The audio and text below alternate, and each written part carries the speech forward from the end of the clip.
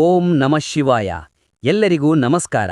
ಇಂದು ನಾವು ಮೇಷರಾಶಿಯ ಬಗ್ಗೆ ತಿಳಿದುಕೊಳ್ಳಲಿದ್ದೇವೆ. ಫೆಬ್ರವರಿ 4, 5, 6ರಂದು ಮೇಷರಾಶಿಯ ಜಾತಕ ಫಲಿತಾಂಶಗಳು, ನಿಮ್ಮ ಜೀವನದಲ್ಲಿ ನೀವು ಕೇಳುವ ಒಳ್ಳೆಯ ಸುದ್ದಿಗಳು, ನಿಮ್ಮ ಜೀವನದಲ್ಲಿ ಯಾವ ಬದಲಾವಣೆಗಳು ಬರಲಿವೆ ಮತ್ತು ನಿಮ್ಮ ಪರಿಸ್ಥಿತಿಯ ಆಧಾರದ ಮೇಲೆ ಇಂದಿನ ಸಂಪೂರ್ಣ ಜಾತಕ ಫಲಿತಾಂಶಗಳನ್ನು ಇಂದು ಈ ವಿಡಿಯೋದ ಮೂಲಕ ವಿಶ್ಲೇಷಿಸಲಾಗುವುದು. ಆದ್ದರಿಂದ ನೀವು ಹೊಸ ಮೇಷರಾಶಿಯವರಾಗಿದ್ದರೆ ಮತ್ತು ನಮ್ಮ ಚಾನಲ್ ಅನ್ನು ಈಗ ವೀಕ್ಷಿಸುತ್ತಿದ್ದರೆ ಲೈಕ್ ಮಾಡಿ ಮತ್ತು ಸಬ್ಸ್ಕ್ರೈಬ್ ಮಾಡಿ. ಅಲ್ಲದೆ ಲೈಕ್ ಮಾಡಲು ಮರೆಯಬೇಡಿ. ಮೊದಲನೇದಾಗಿ ನಾವು ಮೇಷರಾಶಿಯ ಬಗ್ಗೆ ಮಾತನಾಡಬೇಕಾದರೆ, ಈ 4 ದಿನಗಳಲ್ಲಿ ನೀವು ಕೇಳುವ ಒಳ್ಳೆಯ ಸುದ್ದಿ ಬಹಳ ಮುಖ್ಯ. ಅಲ್ಲದೆ ನೀವು ಅನುಸರಿಸಬೇಕಾದ ನಿಯಮಗಳು, ನೀವು ಯಾರಿಂದ ಅದೃಷ್ಟವನ್ನು ಪಡೆಯುತ್ತೀರಿ, ನೀವು ಮಾಡಬೇಕಾದ ಪರಿಹಾರಗಳು, ದೇವರುಗಳ ಪೂಜೆ, ಈ ಎಲ್ಲ ವಿಷಯಗಳು ಇಂದು ಈ ವಿಡಿಯೋದ ಮೂಲಕ ಸ್ಪಷ್ಟವಾಗುತ್ತವೆ. ಆದ್ದರಿಂದ ಎಲ್ಲಿಯೂ ಬಿಟ್ಟುಬಿಡದೆ ವಿಡಿಯೋವನ್ನು ಕೇಳಿ. ನೀವು ಒಂದೇ ಒಂದು ವಿಷಯವನ್ನು ತಪ್ಪಿಸಿಕೊಂಡರೂ ಸಹ ಈ 4 ದಿನಗಳಲ್ಲಿ ನಿಮಗೆ ಅತ್ಯಂತ ಮುಖ್ಯವಾದ ಮಾಹಿತಿಯನ್ನು ನೀವು ತಪ್ಪಿಸಿಕೊಳ್ಳುವಿರಿ. ಅಲ್ಲದೆ ನೀವು ಹೆಚ್ಚು ಹೇಳಬೇಕಾದರೆ ಇವುಗಳು ನಿಮಗೆ ತಿಳಿಯದೆಯೇ ಕಳೆದು ಹೋಗುವ ದಿನಗಳು ಎಂದು ನೀವು ಹೇಳಬಹುದು. ಆದ್ದರಿಂದ ನೀವು 4 ದಿನಗಳಲ್ಲಿ ಸ್ವಲ್ಪ ಜಾಗರೂಕರಾಗಿರಬೇಕು. ನಿಮಗೆ ತುಂಬಾ ಸಂತೋಷ ಉಂಟುಮಾಡುವ ವಿಷಯಗಳು ಇವೆ. ಇಂದು ನಿಮಗೆ ಇನ್ನೂ ಅನೇಕ ವಿಷಯಗಳು ಮತ್ತು ಬಹಳ ಅಮೂಲ್ಯವಾದ ಸಂದೇಶ ಬಂದಿದೆ.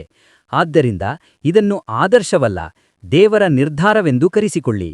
15 ನಿಮಿಷಗಳ ಸಮಯವನ್ನು ಬದಿಗಿಟ್ಟು ಒಮ್ಮೆ ಆಲಿಸಿ. ನೀವು ಯಾರೊಂದಿಗೆ ಮಾತನಾಡಿದರೂ, ನೀವು ಎಲ್ಲಿದ್ದರೂ, ನಿಮ್ಮ ಮನಸ್ಸಿನಲ್ಲಿ ಯಾವಾಗಲೂ ಒಂದು ಪ್ರಶ್ನೆ ಸುತ್ತುತ್ತಿರುತ್ತದೆ: ನಾನು ಯಾವುದೇ ತಪ್ಪು ಮಾಡದಿದ್ದರೂ ನನಗೆ ಇದೇಕೆ ಸಂಭವಿಸುತ್ತದೆ? ನೀವು ಯಾವಾಗಲೂ ನಿಮ್ಮ ಜೀವನದಲ್ಲಿ ಯಾರಿಗಾದರೂ ಒಳ್ಳೆಯದನ್ನು ಬಯಸಿದ್ದೀರಿ. ನೀವು ಯಾರಿಗೂ ಮೋಸ ಮಾಡಿಲ್ಲ ಅಥವಾ ಯಾರಿಗೂ ಕೆಟ್ಟದನ್ನು ಮಾಡಿಲ್ಲ. ಆದರೆ ಅದು ನಿಮ್ಮ ದೌರ್ಬಲ್ಯವಾಗಿದೆ ಎಂದು ಹೇಳಬಹುದು. ಅನೇಕ ಜನರು ನಿಮ್ಮ ಒಳ್ಳೆಯತನವನ್ನು ಒಂದು ಅವಕಾಶವಾಗಿ ತೆಗೆದುಕೊಂಡಿದ್ದಾರೆ. ಅವರು ಅದನ್ನು ತೆಗೆದುಕೊಳ್ಳುತ್ತಿದ್ದಾರೆ ಮತ್ತು ನಿಮ್ಮ ಮೌನವನ್ನು ನಿಮ್ಮ ಸೋಲು ಎಂದು ಪರಿಗಣಿಸುತ್ತಿದ್ದಾರೆ. ಆದರೂ ಸಹ ಶನಿ ರಾಹುವಿನ ಪ್ರಭಾವವು ಒಂದು ಹಂತದಲ್ಲಿ ನಿಮಗೆ ಹೆಚ್ಚು ಪರಿಣಾಮಕಾರಿಯಾಗಿದೆ. ನಂತರ ಜೀವನ ಮುಂದುವರೆಯಲಿಲ್ಲ. ನೀವು ತುಂಬಾ ಕಷ್ಟಪಟ್ಟು ಕೆಲಸ ಮಾಡಿದರೂ ಕೊನೆಯ ಕ್ಷಣದಲ್ಲಿ ಕೆಲಸ ನಿಂತು ಹೋಗಿದೆ. ಹಣ ಬಂದಾಗ ಸ್ವಲ್ಪ ಖರ್ಚಿರುತ್ತದೆ. ಸಂಬಂಧಗಳು ಬಲಗೊಳ್ಳುತ್ತಿವೆ. ಅನಗತ್ಯ ಅಂತರವು ನಿರೀಕ್ಷಿತ ಸಮಯದಲ್ಲಿ ಸಂಭವಿಸುತ್ತದೆ. ಅದು ನಿಮ್ಮ ತಪ್ಪಲ್ಲ, ಇದು ನಿಮ್ಮ ಕರ್ಮಚಕ್ರದಲ್ಲಿ ವಿಳಂಬ. ದೇವರು ಕೆಲವು ಜನರನ್ನು ತಕ್ಷಣವೇ ಮೇಲಕ್ಕೆತ್ತುತ್ತಾನೆ. ಆದರೆ ಕೆಲವು ಜನರಿಗೆ ಅವರ ಜೀವನದಲ್ಲಿ ಅನೇಕ ಬದಲಾವಣೆಗಳು ಸಂಭವಿಸಿದ ನಂತರವೇ ಅದೃಷ್ಟವನ್ನು ನೀಡಲಾಗುತ್ತದೆ. ಆದರೆ ನಿಮಗೆ ಇದು ಎರಡನೇ ಕೆಲಸ. ನಿಮ್ಮ ಜೀವನದಲ್ಲಿ ಇಲ್ಲಿಯವರೆಗೆ ಸಂಭವಿಸಿದ ಪ್ರತಿಯೊಂದು ನೋವು ನಿಮ್ಮನ್ನು ದುರ್ಬಲಗೊಳಿಸಲಲ್ಲ, ಆದರೆ ನಿಮ್ಮ ಒಳಗಿನ ನಿಜವಾದ ಶಕ್ತಿಯನ್ನು ಹೊರತರಲು. ನೀವು ಸೋತಿದ್ದೀರಿ ಎಂದು ನೀವು ಭಾವಿಸಿದಾಗೆಲ್ಲ ವಾಸ್ತವದಲ್ಲಿ ನೀವು ಬೆಳೆಯಲು ದೇವರು ನಿಮ್ಮ ಬೆನ್ನು ಹಿಂದೆ ಅನೇಕ ಒಳ್ಳೆಯ ಕೆಲಸಗಳನ್ನು ಮಾಡಿದ್ದಾನೆ. ಆದರೆ ಇದು ನಿಮಗೆ ಶಾಶ್ವತವಾಗಿ ಬರುವ ಒಳ್ಳೆಯ ಬದಲಾವಣೆಯಾಗಿದೆ. ದೇವರು ಯಾರಿಗಾದರೂ ದೊಡ್ಡ ಆಶೀರ್ವಾದವನ್ನು ನೀಡಲು ಬಯಸಿದಾಗ ಆ ಆಶೀರ್ವಾದವನ್ನು ಪಡೆಯಲು ಅವರಿಗೆ ಹೃದಯವಿದೆಯೋ ಅಥವಾ ಇಲ್ಲವೋ ಎಂಬುದನ್ನು ಅವನು ಖಂಡಿತವಾಗಿಯೂ ಪರೀಕ್ಷಿಸುತ್ತಾನೆ. ಅದೇ ರೀತಿ ಅವನು ಈಗ ನಿಮಗೆ ಅದೇ ಪರೀಕ್ಷೆಯನ್ನು ನೀಡಿದ್ದಾನೆ.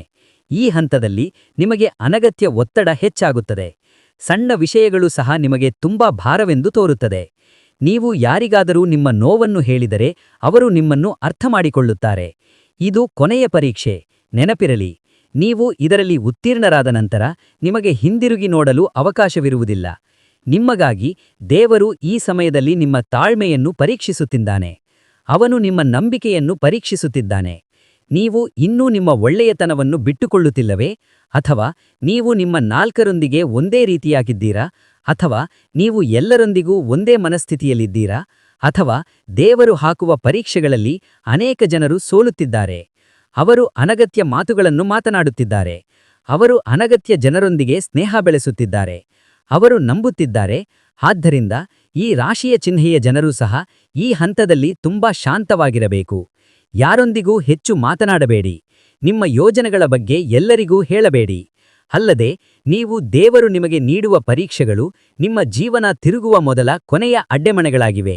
ಆದರೆ ದೇವರು ನಿಮ್ಮ ಮೇಲೆ ಕರುಣೆ ತೋರಿಸಿದ್ದಾನೆ ಎಂಬುದರ ಮೊದಲ ಸೂಚನೆಯೆಂದರೆ ಈ ರಾಶಿಯ ಚಿಹ್ನೆಗಳಿಗೆ ನೀವು ದೇವರೊಂದಿಗೆ ಒಳ್ಳೆಯ ಸಂಬಂಧವನ್ನು ಹೊಂದಿದ್ದೀರಿ.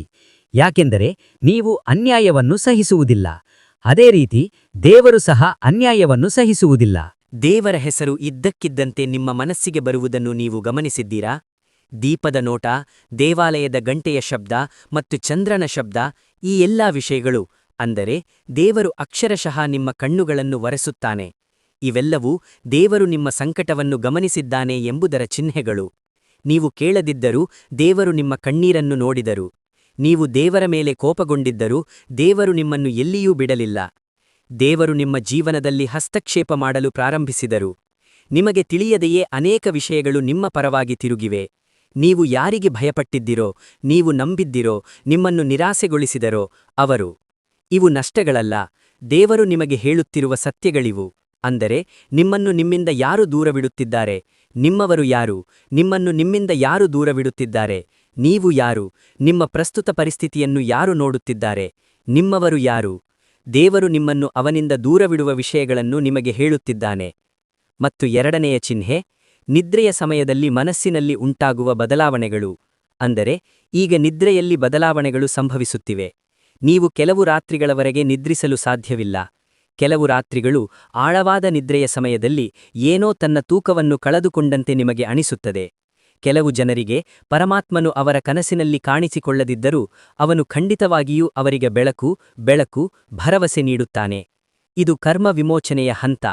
ಹಳೆಯ ಜನ್ಮಗಳ ಬಂಧಗಳು ಈಗ ಮುರಿಯುತ್ತಿರುವಂತೆ ನೀವು ಹಿಂದೆ ಮಾಡಿದ ತ್ಯಾಗಗಳು ಈಗ ನಿಮ್ಮ ಮನಸ್ಸಿಗೆ ಬರುತ್ತಿವೆ. ನೀವು ಅವುಗಳನ್ನು ಏಕೆ ಮಾಡಿದ್ದೀರಿ ಎಂದು ನಿಮಗೆ ತಿಳಿಯದಿದ್ದ ವಿಷಯಗಳನ್ನು ನೀವು ಈಗ ಅರ್ಥಮಾಡಿಕೊಂಡಿದ್ದೀರಿ. ನೀವು ಈಗ ಇವೆಲ್ಲವನ್ನೂ ಅರ್ಥಮಾಡಿಕೊಂಡಿದ್ದೀರಿ. ನೀವು ಒಬ್ಬಂಟಿಯಾಗಿರಬೇಕು ಮತ್ತು ಹೆಚ್ಚು ಯೋಚಿಸಬೇಕು ಎಂದು ಹೇಳುತ್ತಿದ್ದೀರಿ. ಅದು ನಿಮ್ಮ ತಪ್ಪಲ್ಲ. ನಿಮಗೆ ವಿಶ್ರಾಂತಿ ಬೇಕು. ದೇವರು ನಿಮ್ಮನ್ನು ಒಳಗಿನಿಂದ ಬಲಪಡಿಸುತ್ತಿದ್ದಾನೆ. ಅಲ್ಲದೆ ಇನ್ನೊಂದು ಚಿಹ್ನೆ ಎಂದರೆ ಕಣ್ಣೀರು ನಿಮಗೆ ಸ್ಪಷ್ಟವಾಗಿಲ್ಲ. ನಿಮ್ಮ ಕಣ್ಣೀರು ತುಂಬಾ ಪವಿತ್ರವಾಗಿದೆ. ನಿಮ್ಮ ಹೃದಯಕ್ಕೆ ಹತ್ತಿರವಿಲ್ಲದ ಆದರೆ ನಿಮ್ಮ ಹೃದಯಕ್ಕೆ ಹತ್ತಿರವಿರುವ ಏನನ್ನಾದರೂ ನೀವು ಕೇಳಿದರೆ ನೀವು ತಕ್ಷಣ ಅಳುತ್ತೀರಿ. ಇದು ದುಃಖದ ಸಂಕೇತವಲ್ಲ, ಆದರೆ ತೂಕವಿಳಿಕೆಯ ಒಳ್ಳೆಯ ಸಂಕೇತ.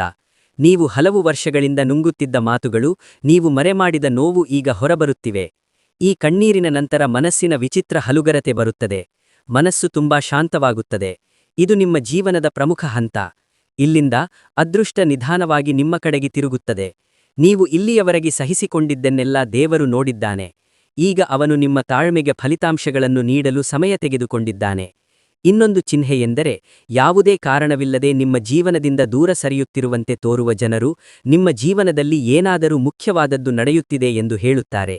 ಅಂದರೆ ನಿಮಗೆ ತುಂಬಾ ಹತ್ತಿರವೆಂದು ನೀವು ಭಾವಿಸಿದ ಮತ್ತು ನಿಮಗೆ ಹತ್ತಿರವೆಂದು ನೀವು ಭಾವಿಸಿದ ಕೆಲವು ಜನರು ನಿಧಾನವಾಗಿ ನಿಮ್ಮಿಂದ ದೂರ ಸರಿಯುತ್ತಿದ್ದಾರೆ. ಅವರ ಮಾತುಗಳು ಕಡಿಮೆಯಾಗುತ್ತಿವೆ, ಫೋನ್ ಕರೆಗಳು ಕಡಿಮೆಯಾಗುತ್ತಿವೆ, ನೀವು ಮಾತನಾಡುವಾಗಲೂ ಅವರ ಪ್ರತಿಕ್ರಿಯೆ ಬದಲಾಗಿದೆ ಎಂದು ನೀವು ಭಾವಿಸುತ್ತೀರಿ. ಇದನ್ನು ನೋಡಿ ನೀವು ತುಂಬಾ ದುಃಖಿತರಾಗುತ್ತೀರಿ. ನಾನು ಏನು ತಪ್ಪು ಮಾಡಿದೆ ಎಂದು ಹೇಳುತ್ತಾ ನೀವು ನಿಮ್ಮ ಮನಸ್ಸಿನಲ್ಲಿ ಅನೇಕ ಪ್ರಶ್ನೆಗಳನ್ನು ಕೇಳಿದ್ದೀರಿ. ಬೇರೆ ರೀತಿಯಲ್ಲಿ ಹೇಳುವುದಾದರೆ ಇದು ನಿಮ್ಮ ತಪ್ಪಲ್ಲ, ಅದು ದೇವರ ಹಸ್ತಕ್ಷೇಪ. ನಿಮ್ಮ ಜೀವನದಲ್ಲಿ ಹೊಸ ಅಧ್ಯಾಯವನ್ನು ಪ್ರಾರಂಭಿಸಲು ಹಳೆಯ ಪಾತ್ರಗಳನ್ನು ತೆಗೆದುಹಾಕಬೇಕೆಂದು ದೇವರು ನಿಮಗೆ ಹೇಳಿದ್ದಾನೆ. ಅವರು ಒಳ್ಳೆಯವರಾಗಿರಲಿ ಅಥವಾ ಕೆಟ್ಟವರಾಗಿರಲಿ, ನಿಮ್ಮ ಜೀವನದಲ್ಲಿ ಅನೇಕ ಬಾರಿ ಕೆಲವು ಜನರು ನಿಮ್ಮ ಬೆಳವಣಿಗೆಗೆ ಅಡ್ಡಿಯಾಗುತ್ತಿದ್ದಾರೆ.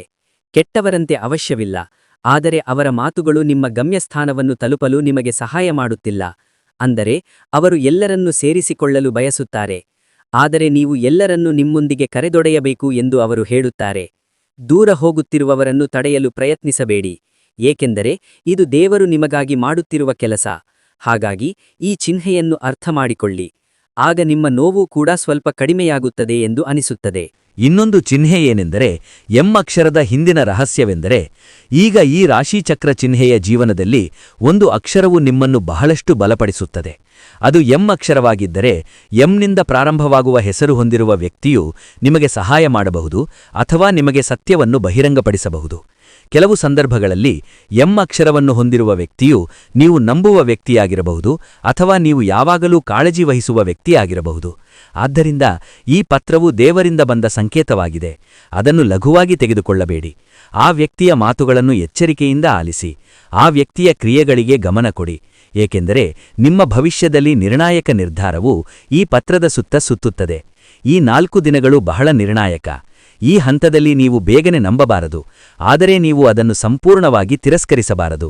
ಸಮಯವು ಆ ವ್ಯಕ್ತಿಯ ಪಾತ್ರವನ್ನು ನಿಮಗೆ ಸ್ಪಷ್ಟವಾಗಿ ತೋರಿಸುತ್ತದೆ. ಇನ್ನೊಂದು ಸಂಕೇತವೆಂದರೆ, ನೀವು ಇಂದು ಈ ಮಾತುಗಳನ್ನು ಕೇಳಿದರೆ ಪ್ರಾಮಾಣಿಕವಾಗಿ ಹೇಳಬೇಕೆಂದರೆ ಅದಕ್ಕೆ ಒಂದು ಕಾರಣವಿದೆ. ಏಕೆಂದರೆ ಅನೇಕ ಜನರಿದ್ದರೂ ಈ ವಿಡಿಯೋ ನಿಮ್ಮ ಬಳಿಗೆ ಬಂದಿದೆ ಅಂದರೆ ದೇವರು ನಿಮಗೊಂದು ಸೂಚನೆಯನ್ನು ನೀಡಲಿದ್ದಾನೆ ಎಂದರ್ಥ. ಅದಕ್ಕಾಗಿಯೇ ಈ ಮಾಹಿತಿ ನಿಮಗೆ ಬಂದಿದೆ. ಅನೇಕ ಜನರು ಇದನ್ನು ನೋಡುತ್ತಾರೆ, ಆದರೆ ಅರ್ಥಮಾಡಿಕೊಳ್ಳುವುದಿಲ್ಲ. ಕೆಲವರು ಮಾತ್ರ ಅದನ್ನು ಅರ್ಥಮಾಡಿಕೊಳ್ಳುತ್ತಾರೆ, ಆದರೆ ಕೆಲವರು ಅದನ್ನು ನಂಬುವುದಿಲ್ಲ. ಆದರೆ ಈ ಹಂತದಲ್ಲಿ ನೀವು ಈ ಮಾತುಗಳನ್ನು ಸ್ವಲ್ಪ ಅನುಭವಿಸಬೇಕು. ಇದು ನಿಮ್ಮ ಮನಸ್ಸಿನಲ್ಲಿ ನಿಜವೆಂದು ನೀವು ಭಾವಿಸಿದರೆ ಅದು ನಿಮ್ಮ ಆಂತರಿಕ ಸ್ವೀಕರಣೆ ಎಂದು ಅರ್ಥಮಾಡಿಕೊಳ್ಳಿ. ಮತ್ತು ನೀವು ನಿಮ್ಮ ನಡವಳಿಕೆಯಲ್ಲಿ ಸಣ್ಣ ಬದಲಾವಣೆಯನ್ನು ಮಾಡಿದರೆ ದೊಡ್ಡ ಬದಲಾವಣೆ ಖಂಡಿತವಾಗಿಯೂ ಸಂಭವಿಸುತ್ತದೆ. ನಿರ್ದಿಷ್ಟವಾಗಿ ಹೇಳುವುದಾದರೆ ಮನಸ್ಸು ಬಹಳಷ್ಟು ಬದಲಾಗುವ ದಿನಗಳಿವು.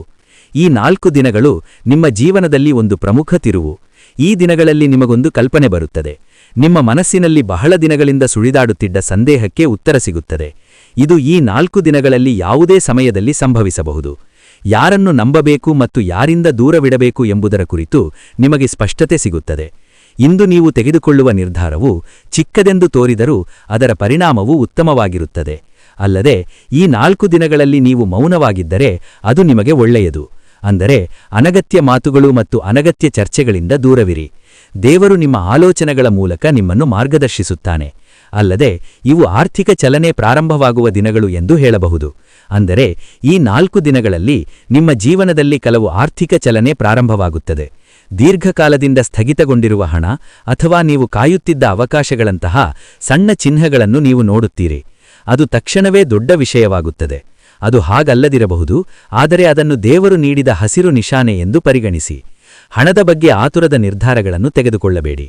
ಕಳೆದ 4 ದಿನಗಳಲ್ಲಿ ಯಾರಾದರೂ ಹೂಡಿಕೆಗಳು, ಸಾಲಗಳು ಅಥವಾ ಸಾಲಗಳ ಬಗ್ಗೆ ದೊಡ್ಡ ಭರವಸೆಗಳನ್ನು ನೀಡಿದರೆ ಎಚ್ಚರಿಕೆಯಿಂದ ಯೋಚಿಸಿ.